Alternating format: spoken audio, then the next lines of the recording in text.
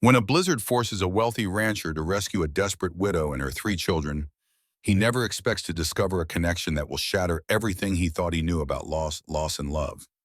Daniel McKenzie has spent 3 years building walls around his heart after losing his beloved wife Elena.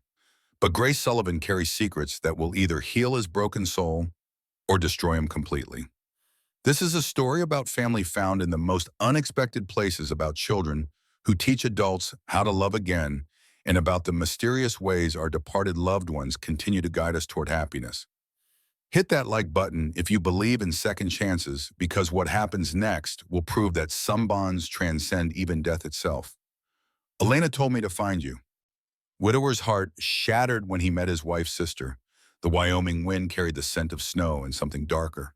Desperation, perhaps, or the kind of cold that settled into a man's bones and never left. Daniel McKenzie stood on the wide porch of Thunder Ridge Ranch, his pale blue eyes scanning the horizon where storm clouds gathered like an army preparing for battle. 39 years old, and he felt every day of it. 3 years since Elena's death, 3 years of existing rather than living, of going through the motions of running the largest cattle operation in 3 counties, while his heart remained as barren as winter ground. Boss Miguel Santos appeared at his elbow, the ranch foreman's weathered face creased with concern. "Storm's gonna be a bad one. The men are securing the livestock, but—" He paused, his dark eyes studying Daniel's profile. "Maybe you should come inside. No sense standing out here brooding." Daniel almost smiled at that. Miguel had been with him for 15 years, had watched him build this empire from nothing, had seen him fall apart when consumption took Elena piece by piece. If anyone had earned the right to speak plainly, it was the tough little Mexican who'd become more brother than employee. "Just thinking," Daniel said, his voice carrying the roughness that had become permanent after years of talking only when necessary. "Thinking never helped nobody catch cattle or mend fences," Miguel observed. "And thinking sure as hell don't bring back the dead." The words were harsh but true, and Daniel felt a familiar twist of grief in his chest. Elena had been gone for 3 years, but some mornings he still woke expecting to find her beside him, still caught himself setting 2 cups for coffee before remembering he drank alone now. "I know you miss her," Miguel continued quietly. "We all do. But this ain't what she'd want for you, Jefe. This existing. She'd want you to live." Before Daniel could respond, a sharp crack of thunder split the air, followed immediately by the first fat snowflakes. The storm was moving faster than expected, and something about the quality of the approaching darkness made both men tense. "Get everyone inside," Daniel ordered. "This is going to be worse than we thought." But even as Miguel hurried away, Daniel remained on the porch watching the snow begin to fall in earnest. There was something else on the wind now, something that made his instincts prickle with unease. In the distance, barely visible through the increasing snowfall, he could see a thin column of smoke rising from the direction of the old Henderson cabin. The cabin had been abandoned for months, ever since old man Henderson died and his family moved back east. No one should be there, especially not in weather like this. But that smoke meant someone was. Someone who might be in serious trouble when this storm hit full force. Daniel was moving before he'd fully made the decision, grabbing his heavy coat and hat from inside the door.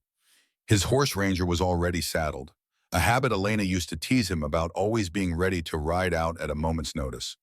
"Miguel," he called, "I'm riding to the Henderson place. Someone's there and they're going to be cut off when this storm hits." "Boss, you can't." Miguel appeared in the doorway, his face alarmed.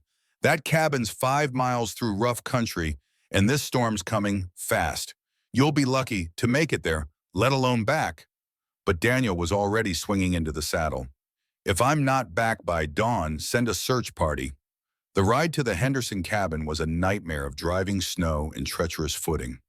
Ranger picked his way carefully through the increasingly deep drifts, his ears flattened against the wind that seemed to cut right through Daniel's heavy coat. By the time they reached the cabin, both horse and rider were coated in ice. What Daniel saw there made his blood run cold. The cabin was in worse shape than he'd remembered. Half the roof, sagging gaps in the chinking that let the wind whistle through windows, covered with old blankets instead of glass.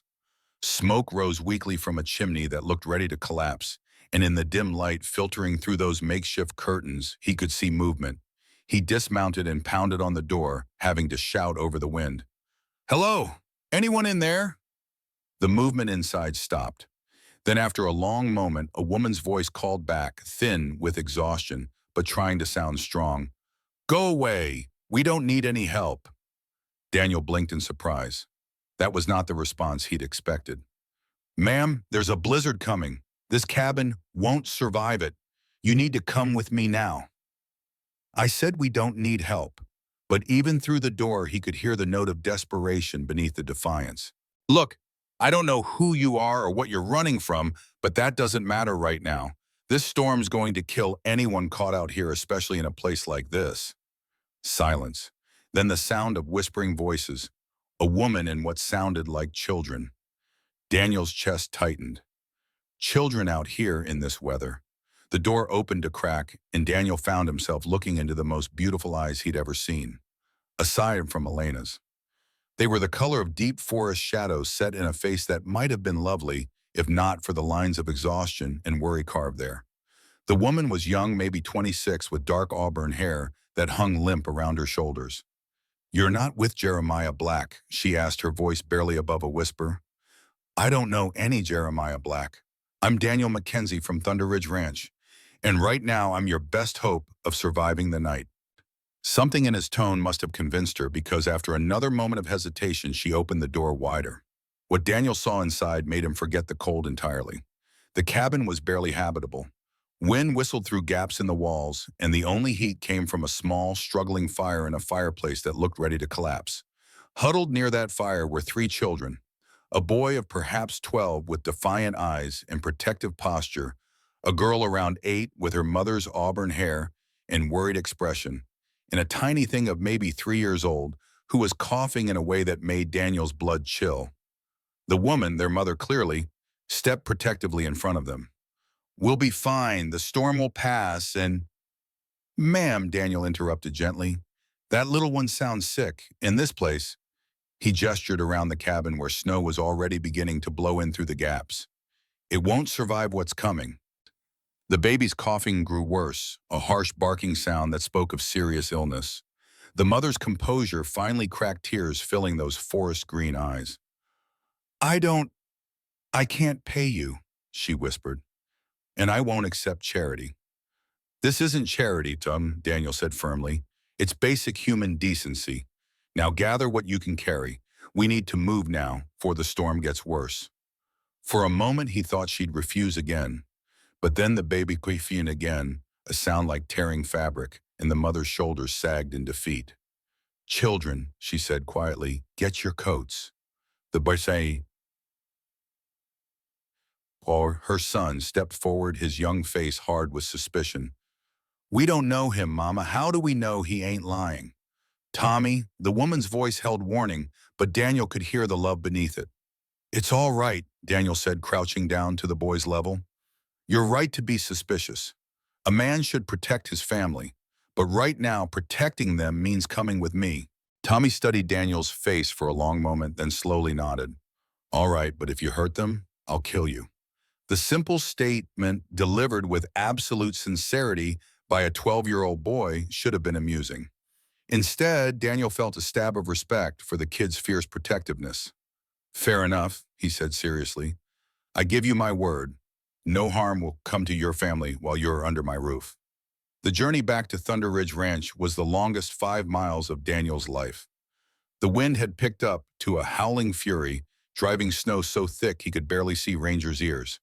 The woman, who'd introduced herself only as Grace Sullivan, rode behind him with the sick baby bundled against her chest, while Tommy and 8-year-old Annie rode double on a second horse Daniel kept for emergencies. By the time they reached the ranch, all of them were half frozen and completely exhausted. The baby, Sarah Grace had called her, was burning with fever despite the cold, her breathing shallow and labored. "Miguel," Daniel shouted as they reached the main house. "Get Doc Harrison out here now." The ranch foreman took one look at the situation and sprang into action, helping get the children inside while Daniel assisted Grace. She was barely able to stand, exhaustion and worry having taken their toll. "The baby," she whispered as Daniel helped her through the door. "Please, she's so sick." "We'll take care of her," Daniel promised, and meant it. "Miguel's already sent for the doctor." The next few hours were a blur of activity. Doc Harrison arrived despite the storm, his weathered face grim as he examined little Sarah. Grace hovered nearby, her hands clasped so tightly her knuckles were white, while Tommy and Annie sat close together on a sofa that probably cost more than their mother made in a year. Daniel found himself watching the family dynamics with an unexpected ache in his chest. The way Grace smoothed Annie's hair while listening to the doctor's examination, the way Tommy tried to be brave while clearly terrified for his little sister, the way all of them drew strength from each other despite their circumstances. It reminded him painfully of the family he had once dreamed of having with Elena. Pneumonia, Doc Harrison announced finally, but caught early. With proper care and warmth, she should recover fine. The relief on Grace's face was beautiful to see. She sagged against the wall, tears streaming down her cheeks, and for a moment Daniel had to fight the urge to put his arms around her. "She'll need to stay warm and quiet for at least a week," the doctor continued. "Maybe 2, and the other children should be watched for symptoms." Grace's face fell. "I understand. If there's somewhere in town." "You'll stay here," Daniel said firmly. "All of you, until the children are well and the roads are clear. I can't accept." "You can and you will." Daniel's tone brooked no argument. "Miguel will show you to rooms upstairs. There are clothes that might fit, and Mrs. Santos will have supper ready soon." Grace opened her mouth to protest again, but Tommy stepped forward. "Thank you," the boy said simply, "for helping us." Daniel nodded, something tight in his throat. "You're welcome." As Miguel led the family upstairs, Daniel remained in the parlor, staring into the fire and wondering what he'd gotten himself into.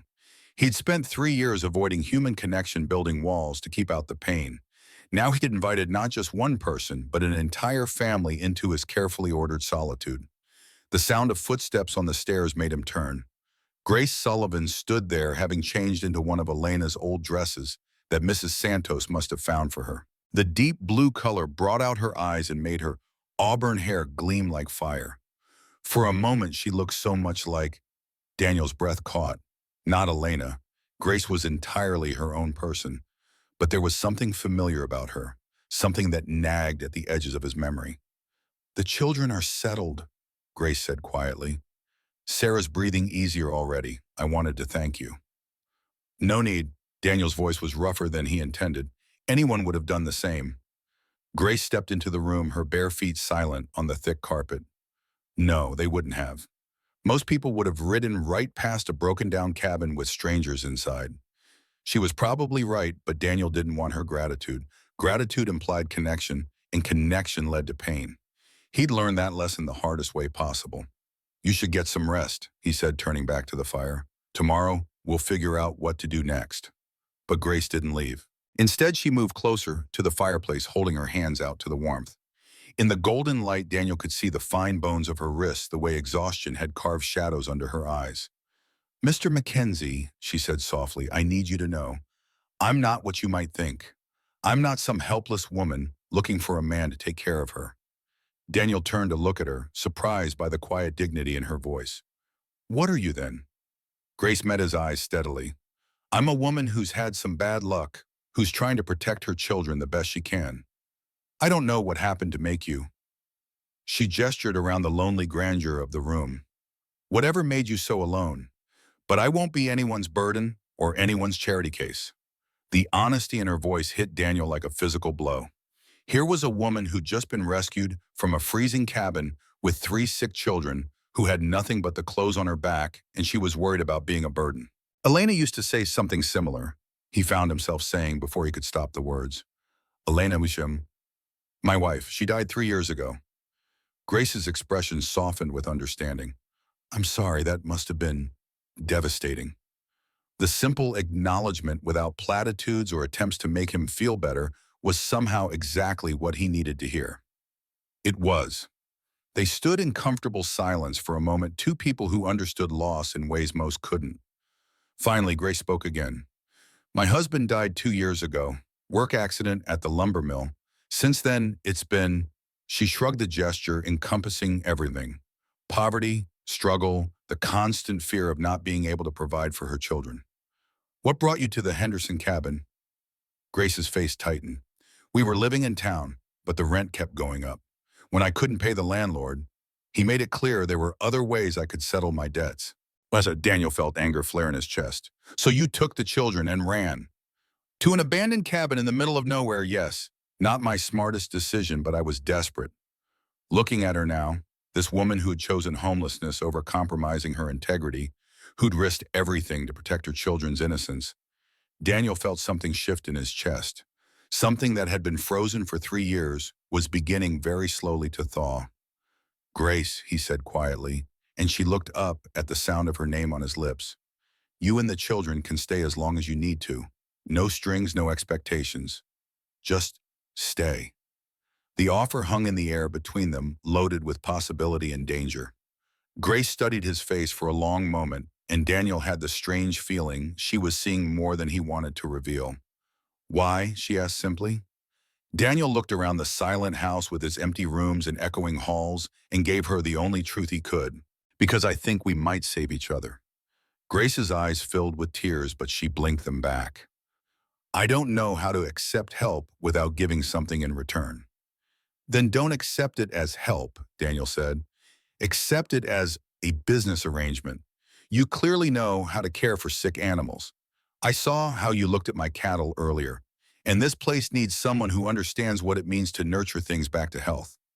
It was an excuse and they both knew it, but it gave Grace a way to maintain her dignity while accepting what she desperately needed. A business arrangement, she repeated, a small smile tugging at her lips. Exactly. As Grace headed back upstairs to check on her children, Daniel remained by the fire, his mind churning with emotions he'd thought buried forever. For the first time in 3 years, Thunder Ridge Ranch felt less like a mausoleum and more like a home. But homes Daniel knew were fragile things. And he'd already lost one family to forces beyond his control. The question was whether he had the courage to risk his heart again, especially when danger might still be following Grace Sullivan and her children through the snow. Outside, the storm raged on, but inside the walls of Thunder Ridge Ranch, something new was beginning to bloom in the darkness. Tentative and fragile, but undeniably real. The first seeds of a second chance at family, at love, at the life Elena would have wanted him to live. Dawn broke clear and blindingly bright over a world transformed by snow. Daniel stood at his bedroom window, watching the sun turn the drifts into fields of diamonds, and marveled at how different everything looked in the light. Even the familiar landmarks of his ranch seemed new, softened, and made magical by the overnight transformation. From somewhere below came the sound of children's laughter, a sound Thunder Ridge Ranch hadn't heard in the 3 years since Elena's death. The unfamiliar music of it made Daniel's chest tight with an emotion he couldn't quite name.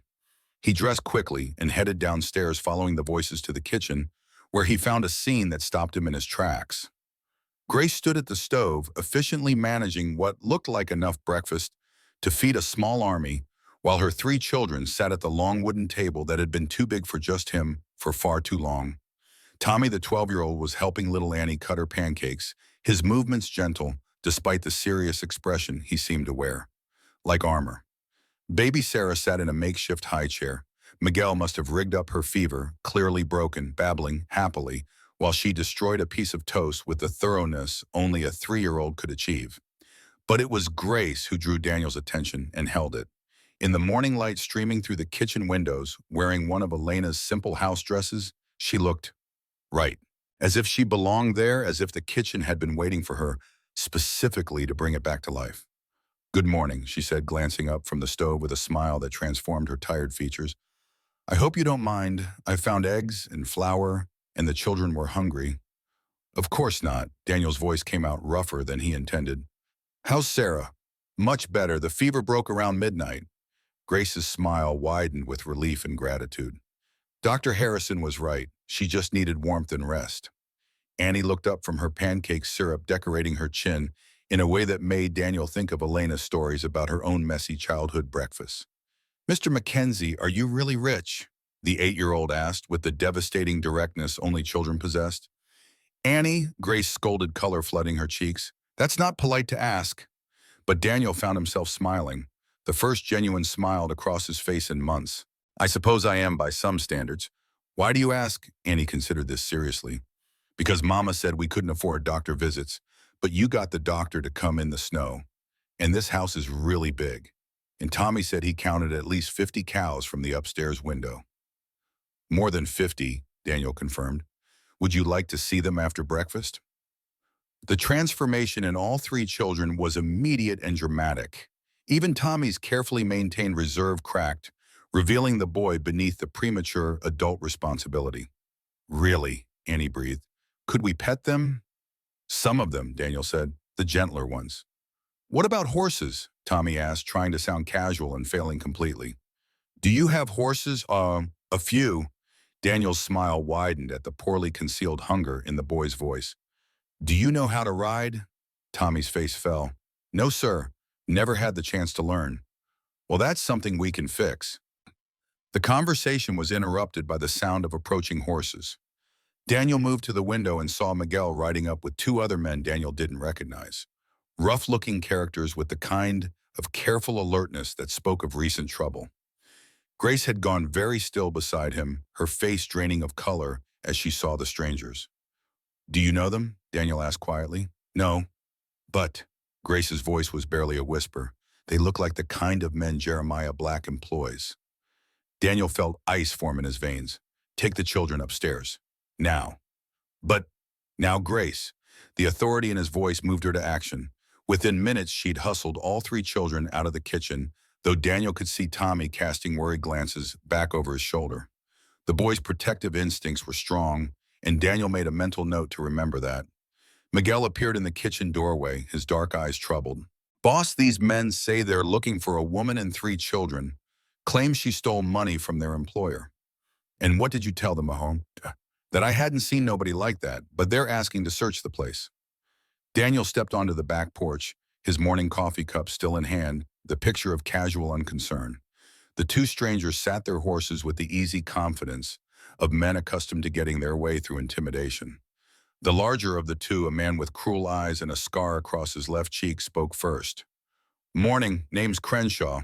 This here's my partner, Willis. We're looking for a woman and her kids, young widow, three children, last seen heading this direction. A lot of people pass through, Daniel said mildly. What's your business with them? She stole from our boss. Considerable sum. He wants it back. Daniel studied the men over his coffee cup, noting the way their hands rested near their guns, the predatory stillness that marked professional violence. Whatever Grace had taken from their employer, if she'd taken anything at all, these men hadn't been sent to simply retrieve it. Haven't seen anyone matching that description, Daniel lied smoothly. But if I do, where should I send word? Crenshaw's smile was thin and unpleasant. That's mighty neighborly of you, Mr. McKenzie. Our boss, Mr. Black, he's got a place about 30 miles south of here. Big operation, land development business, loans, that sort of thing. The name confirmed Daniel's suspicions. Jeremiah Black was known throughout Wyoming territory as a man who used legal loopholes and intimidation to acquire property, often from families desperate enough to sign contracts they couldn't read or understand. I'll keep that in mind, Daniel said. Willis, the smaller man, spoke for the first time. Funny thing, we asked around town and folks said you don't usually have visitors. But there's been smoke from your chimney 3 days running now, and that's a lot of laundry hanging on the line for one man. The observation was uncomfortably accurate. Daniel felt his muscles tense, though his expression remained relaxed. I've got ranch hands living in the bunkhouse. Winter's hard on clothes. Course it is, Crenshaw agreed, but his eyes were calculating. Well, we appreciate your time, Mr. McKenzie, but just so you know, Mr. Black's got a long reach, and he don't take kindly to folks who interfere with his business. The threat was politely delivered but unmistakable. Daniel set down his coffee cup with deliberate care. Mr. Crenshaw, I've been ranching in Wyoming territory for 15 years. I've dealt with rustlers, claim jumpers, and every variety of lowlife you can imagine. If your boss has a problem with how I run my business on my land, he's welcome to discuss it with me directly. The two men exchanged glances, clearly recognizing that they'd pushed as far as they safely could. A man who could build an operation like Thunder Ridge Ranch wasn't someone to trifle with lightly. We'll be sure to pass that along, Crenshaw said, touching his hat brim in mock politeness. Good day, Mr. McKenzie. Daniel watched them ride away, noting the direction they took and the casual way they surveyed his property. They'd be back probably with more men and a different approach. Trouble, Miguel asked, appearing at his elbow. Could be. Double the watch tonight and make sure the boys are armed. And Miguel, Daniel turned to face his foreman. If those men come back, they're not to set foot on this property. Use whatever force necessary to make that clear. Miguel nodded grimly. You got it, boss. What about the woman and her kids? What about them? They're in more trouble than just poverty, ain't they? Daniel was quiet for a moment, thinking about Grace's pale face when she'd seen the strangers, about the way she'd instinctively moved to protect her children. Yeah, they are. And we're going to help them. It wasn't a question. Miguel had known Daniel too long, had seen too much of his character to doubt what his boss would do when innocents were threatened. We're going to help them, Daniel confirmed. Later that morning, after the immediate threat had passed, Daniel found Grace in the ranch's small library, reading to Annie while Tommy explored the shelves with barely concealed awe. Baby Sarah napped in Grace's lap, finally looking like a healthy child instead of a sick one. How many books do you have? Tommy asked, his voice hushed with reverence. I stopped counting at 500, Daniel admitted. Elena loved to read. She said a house without books was like a body without a soul. Grace looked up sharply at that something flickering in her forest green eyes. Elena said that. You knew her, Daniel asked, though something in Grace's expression suggested the answer was more complicated than a simple yes or no. Grace was quiet for a long moment, her hands stilling in Annie's hair. Finally, she spoke, her voice soft with old pain.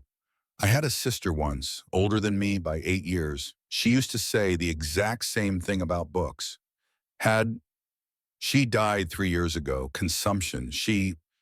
Grace's voice broke slightly. She was everything good and kind in the world. Beautiful, intelligent, generous to a fault. She married a man who adored her, moved away to start a new life. I only saw her once after her wedding, but she wrote letters. Wonderful letters full of life and love and hope. Daniel's heart had begun to pound, though he couldn't say why. What was her name? Grace met his eyes, and he saw tears gathering there like storm clouds. Elena. Elena McKenzie. The world stopped. Daniel stared at Grace, his mind reeling, pieces clicking together with devastating clarity. The familiar bone structure he'd noticed the night before, the way she moved her hands when she talked, the inflection in her voice when she spoke about books and learning and the importance of nurturing things back to health. You're Grace Sullivan, he said slowly, remembering now. Elena's little sister, Grace. She used to read me parts of your letters. You're him, Grace whispered, tears spilling down her cheeks now. You're the husband she loves so much, Daniel. She wrote about you constantly, your kindness, your strength, how safe you made her feel.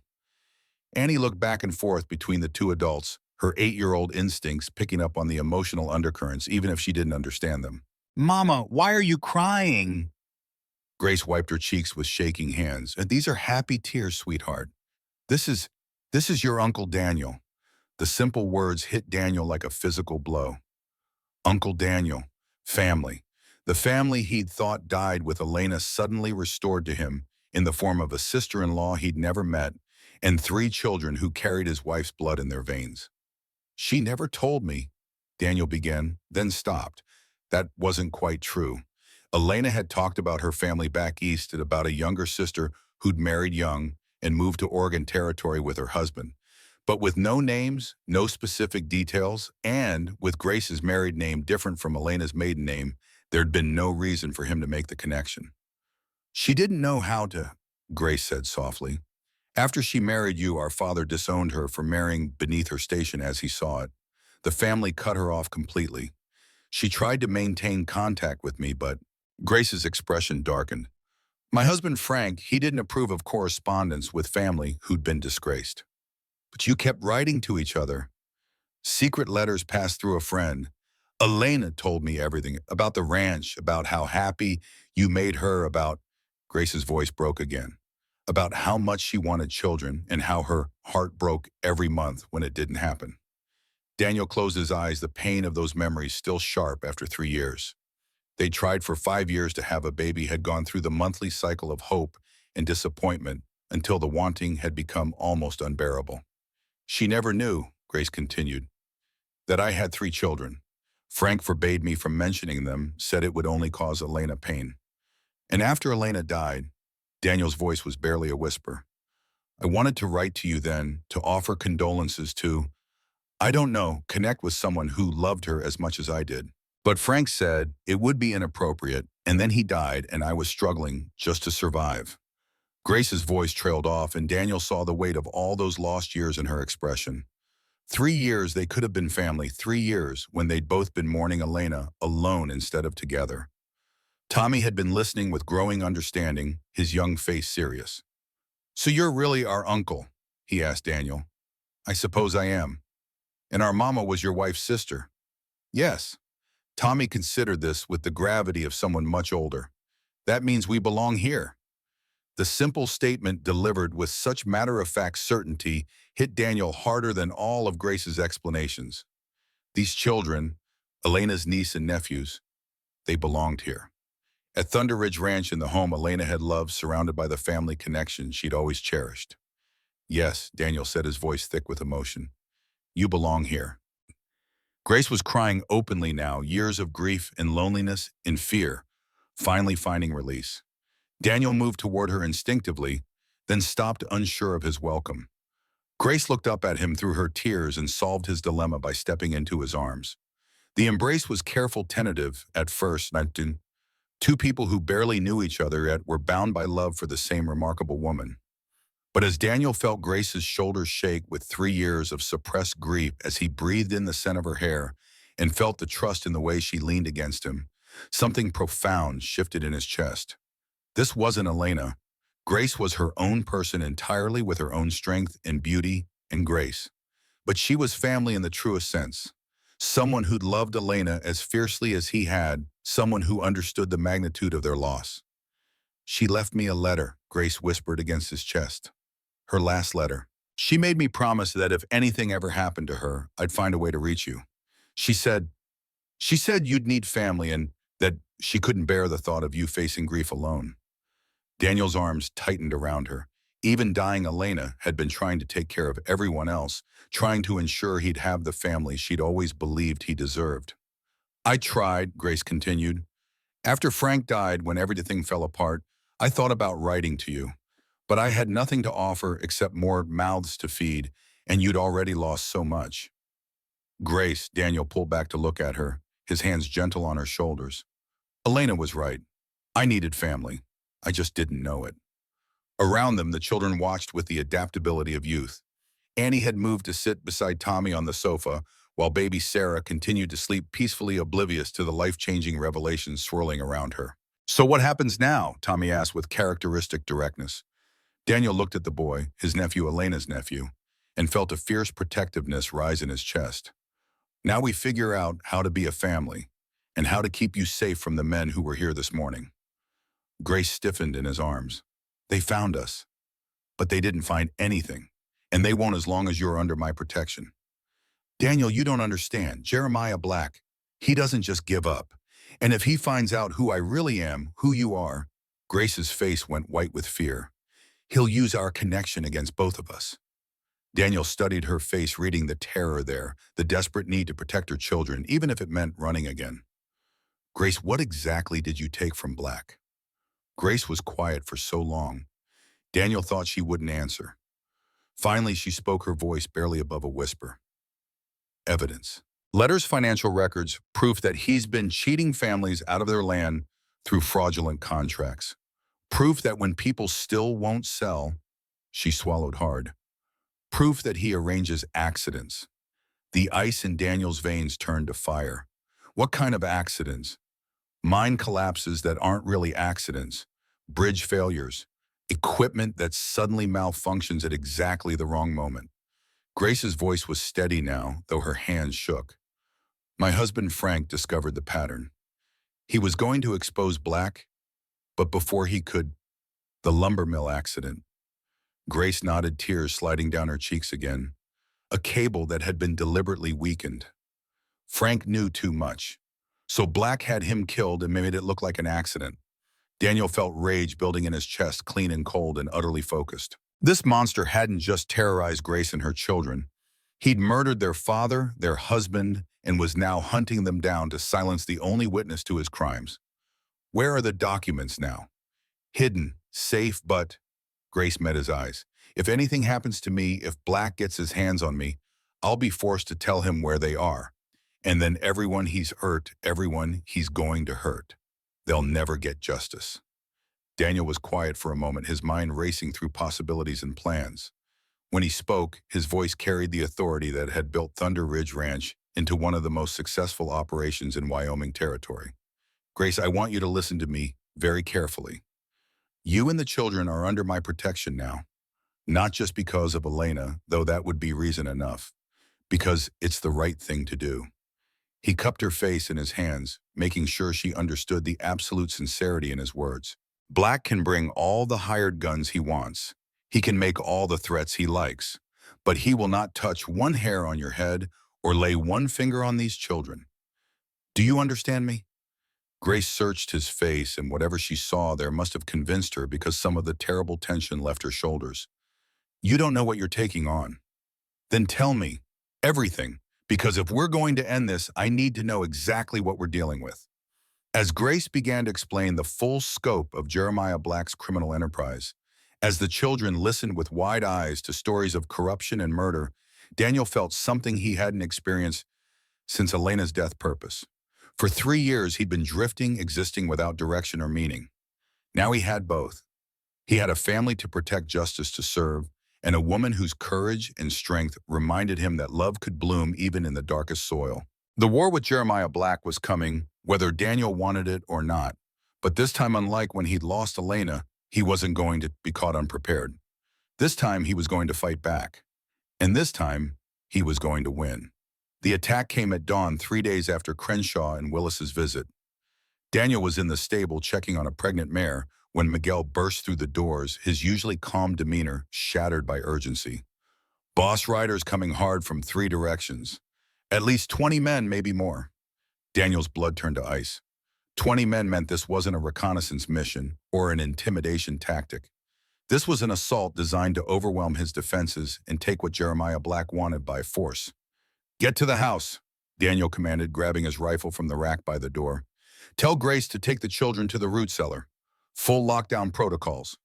What about you? I'll be right behind you. Go. As Miguel sprinted toward the house, Daniel took precious seconds to study the approaching riders. They came from the east, west, and south, their formation military in its precision. Professional soldiers or experienced gunfighters, not the usual collection of drifters and desperados Black typically employed. Daniel's heart hammered as he ran toward the house. In the growing light, he could see muzzle flashes from the lead riders, bullets already beginning to strike the outbuildings. This wasn't going to be a siege. It was going to be a slaughter, unless he could even the odds quickly. He burst through the kitchen door to find controlled chaos. Grace was hustling the children toward the cellar entrance, while Miguel and Mrs. Santos gathered weapons and ammunition.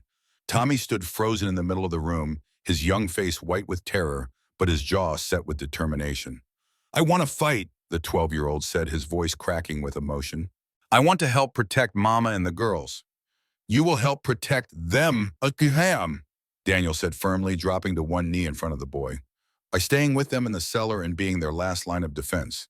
Can you handle that responsibility? Tommy nodded gravely, understanding the weight Daniel was placing on his shoulders. Yes, sir.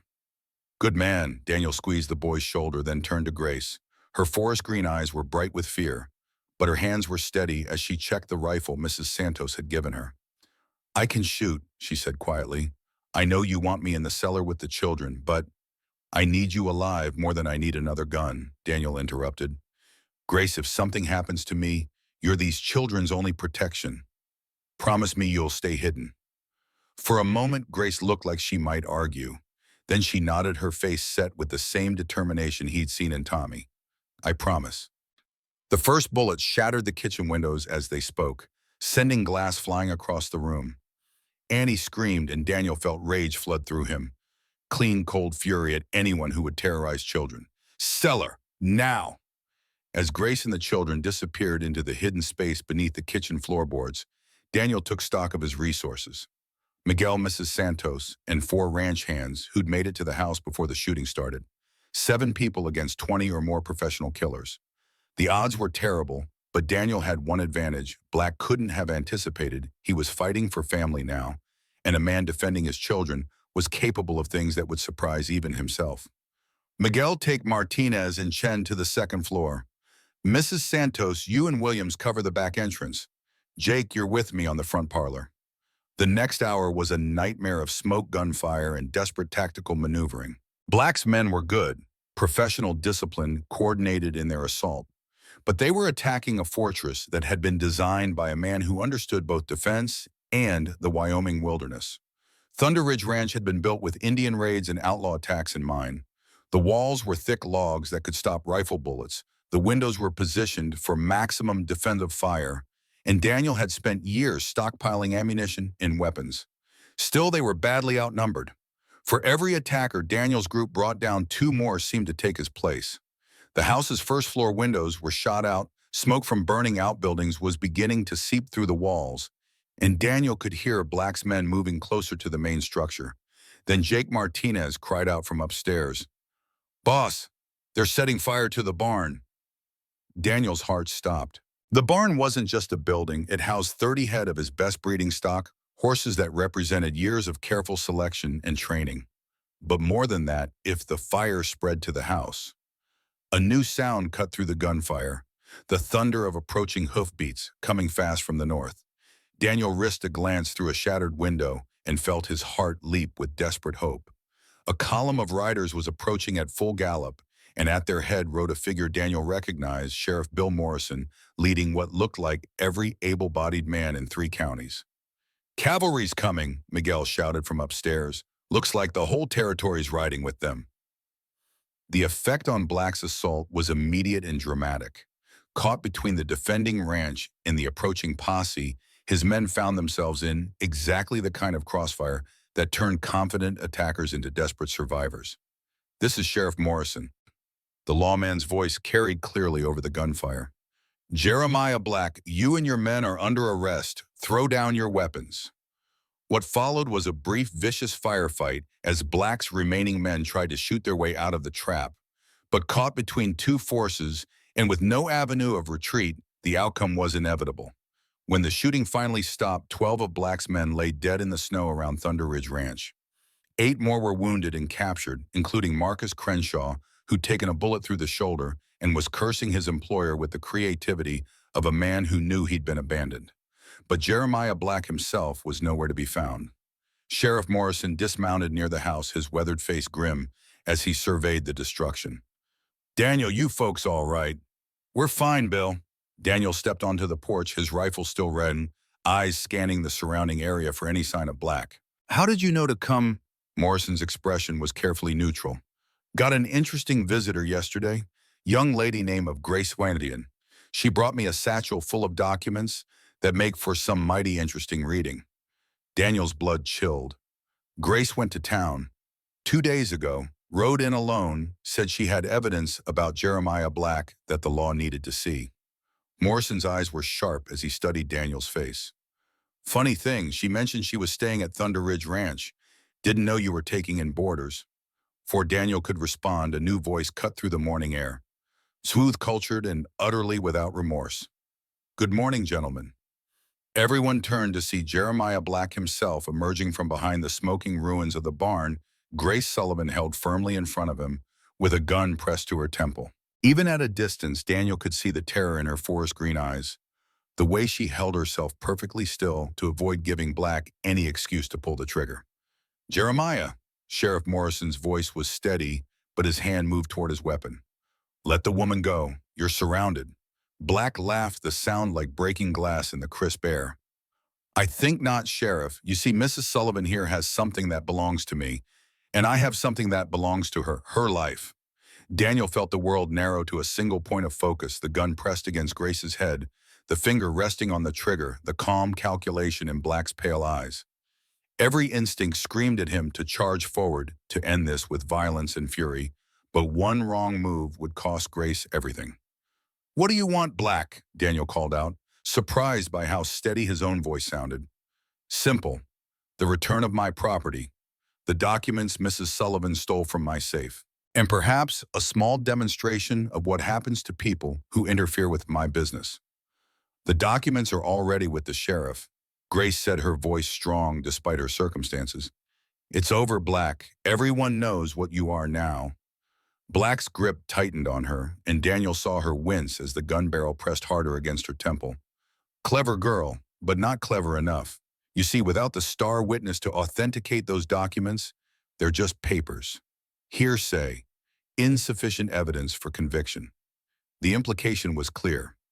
Black intended to kill Grace whether he got the documents back or not. She was the only person who could testify to his crimes, and dead witnesses couldn't speak in court.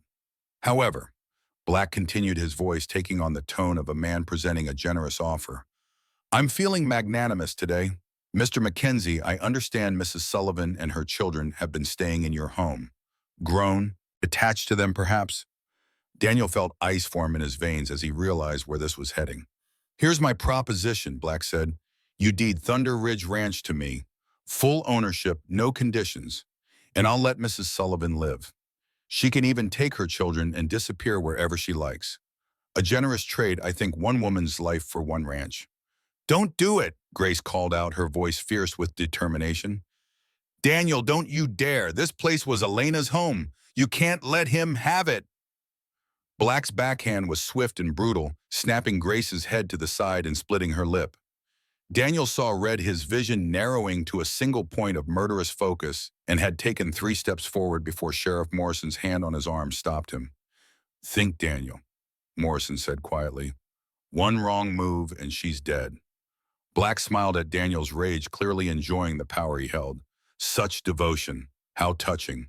"Though I have to wonder, is it really about Justice McKenzie, or is it about something more personal?"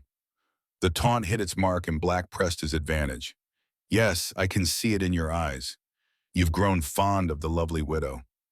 Perhaps even imagined yourself playing family with her and those children. How deliciously naive." "Let her go, Black." Daniel's voice was deadly quiet. "Take me instead." "Oh, I don't think so. You see, I've done my research on Thunder Ridge Ranch, worth considerably more than one broken-down rancher." Black's eyes glittered with malice. "But I tell you what, I'll give you exactly 60 seconds to make your decision. The ranch for the woman's life. Starting now." Daniel's mind raced through possibilities, all of them bad. Black had positioned himself well, too far from any cover for a rescue attempt, too close to Grace for any of Morrison's men to risk a shot. And every second that passed brought them closer to the moment when Black would decide Grace was more valuable as an example than as a bargaining chip. Then Daniel heard it, a sound so soft he almost missed it. The creak of a floorboard from inside the house, barely audible over the wind. Someone was moving through the building, someone Black's men hadn't accounted for. Tommy. Daniel's heart hammered as he realized what the boy was doing. Somehow the 12-year-old had gotten out of the cellar and was moving through the house, probably trying to get a clear shot at Black from one of the upstairs windows. It was brave beyond measure and almost certainly suicidal. Tommy was a decent shot with a rifle, but Black was a professional killer, with years of experience. And if the boy missed— 30 seconds, McKenzie, Black called out. "What's it going to be, your ranch or her life?" Daniel made his decision. If Tommy was going to take a shot, Daniel needed to give him the best possible chance. That meant getting Black's attention focused entirely on him, making himself the obvious threat. "All right," Daniel said, stepping forward with his hands visible and empty. "You win, Black. I'll sign over the ranch." Black's smile was triumphant and cruel. "I thought you might see reason.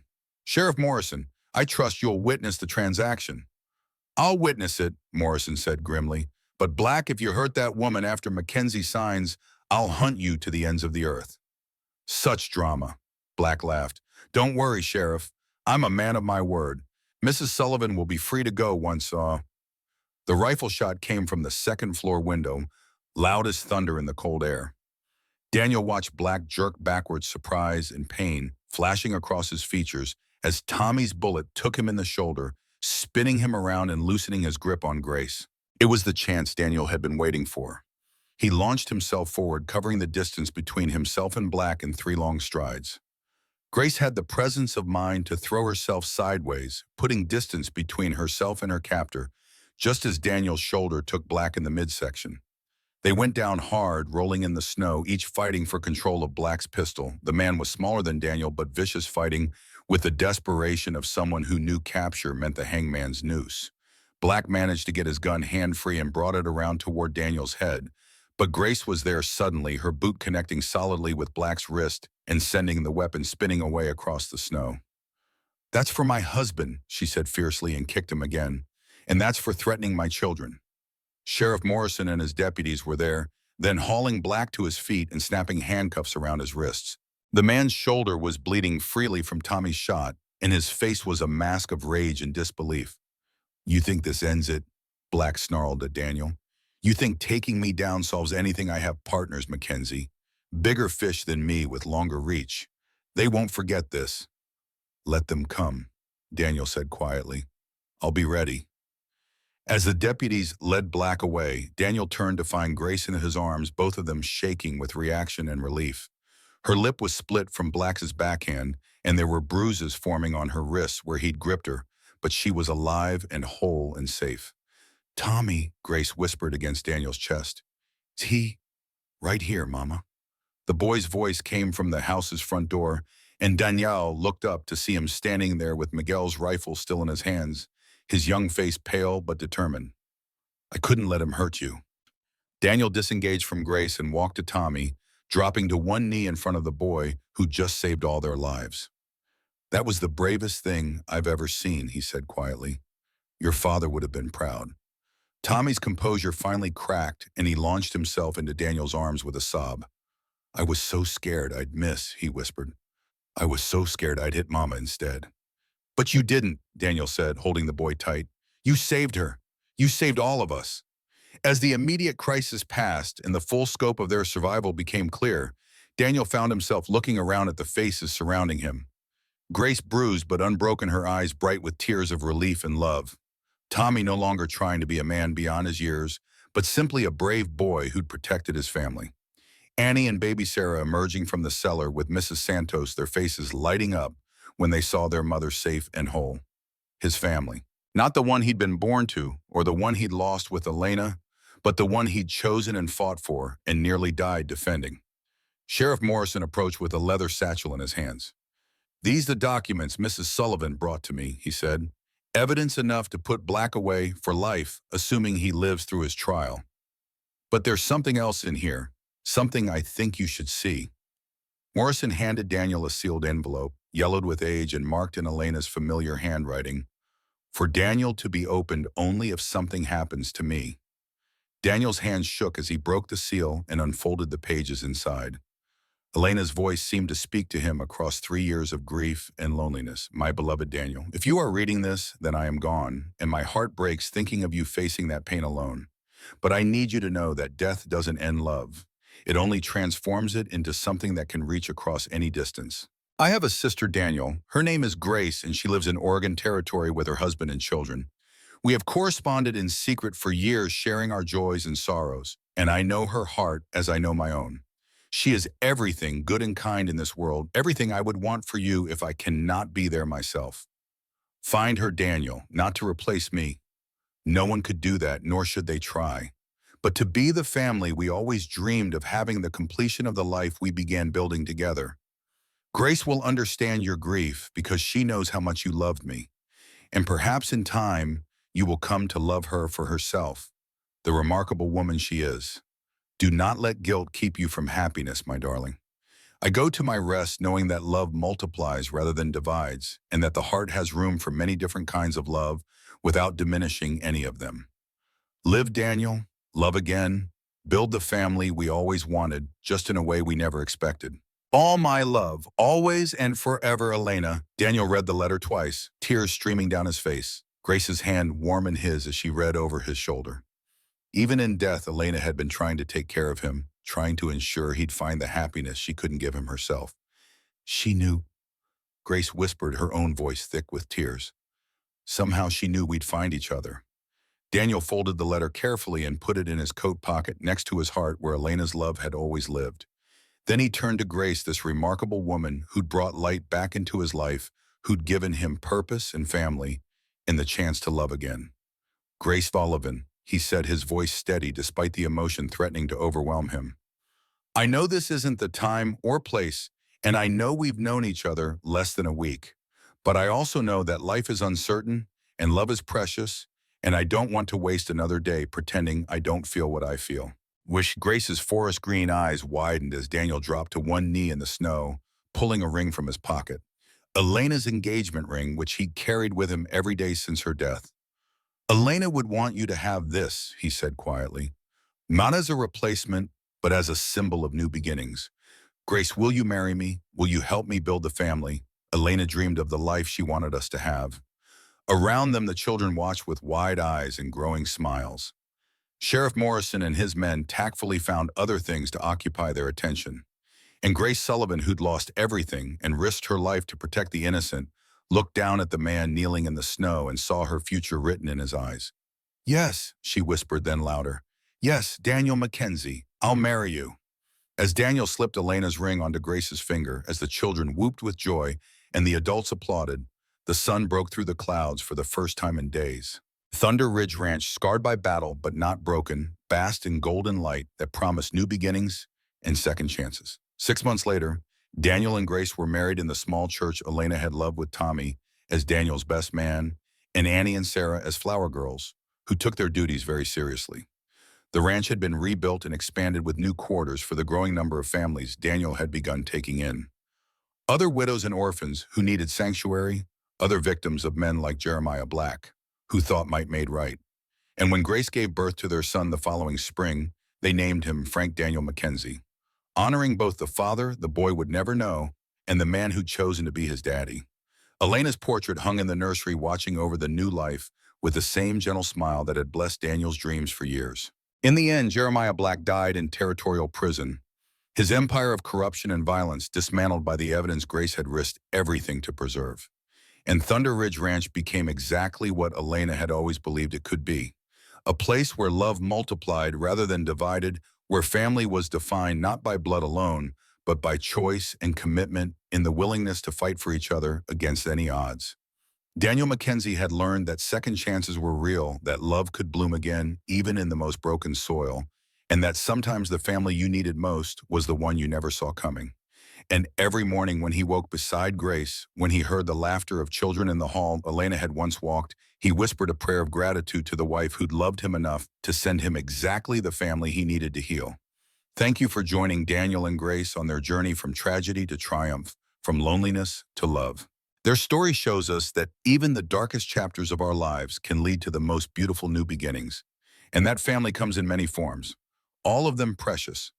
If this tale of second chances touched your heart, please give it a thumbs up and subscribe for more stories of love conquering adversity. Share in the comments which moment moved you most. Was it Tommy's brave shot that saved his mother, Grace's revelation about being Elena's sister, or the final proposal in the snow? Don't forget to ring that notification bell so you never miss our latest stories of romance, redemption, and the power of love to heal even the deepest wounds. What kind of story would you like to hear next? Let us know in the comments below. Until next time, remember that every ending is also a new beginning, and that love always finds a way to bring the right people together at exactly the right time. Thank you for watching, and we'll see you in the next story.